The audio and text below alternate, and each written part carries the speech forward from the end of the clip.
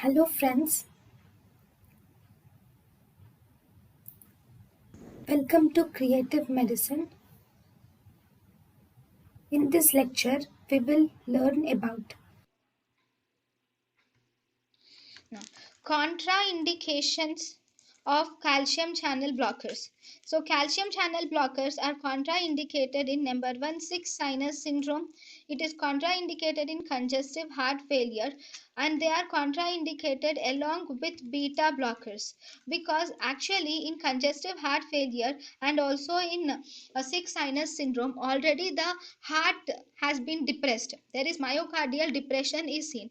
Calcium channel blockers by itself also causes myocardial depression, causing decreased heart rate. So, as a result, these are contraindicated. You should not give calcium channel blockers with beta blockers because calcium channel blockers will decrease the blood pressure, same as the beta blockers which decrease the blood pressure. So there is precipitation of hypotension is seen if you give calcium channel blockers along with beta blockers. So these are the contraindications.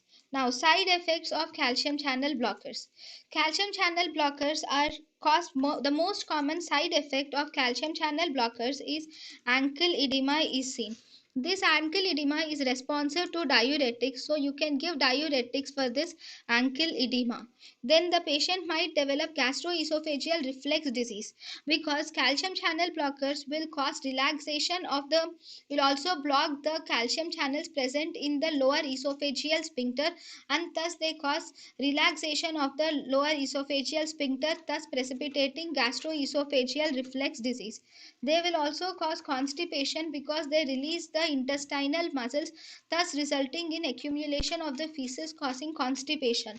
They obviously decrease the blood pressure by decreasing the peripheral vascular resistance, and thus they might cause hypotension as a side effect. Bradycardia, because they are myocardial depressants, they decrease the heart and thus they decrease the SA node of the heart, because of by blocking the calcium channels they will block the contractility of the heart, thus they will decrease the heart rate causing bradycardia.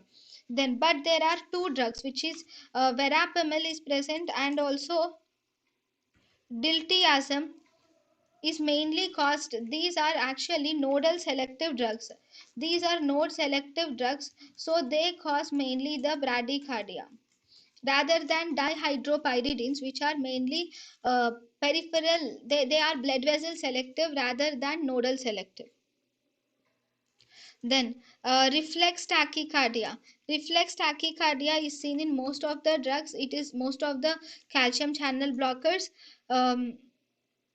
So it is seen with dihydropyridine mainly, and it is maximally seen with nifedipine. So in the nifedipine, due to reflex tachycardia, it is not used in hypertension and angina.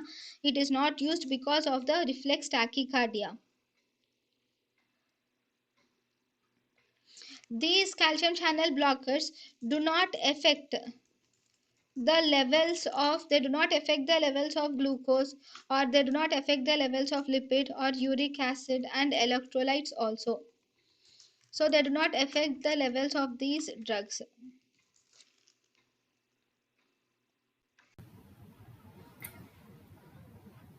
thank you and thank you for watching.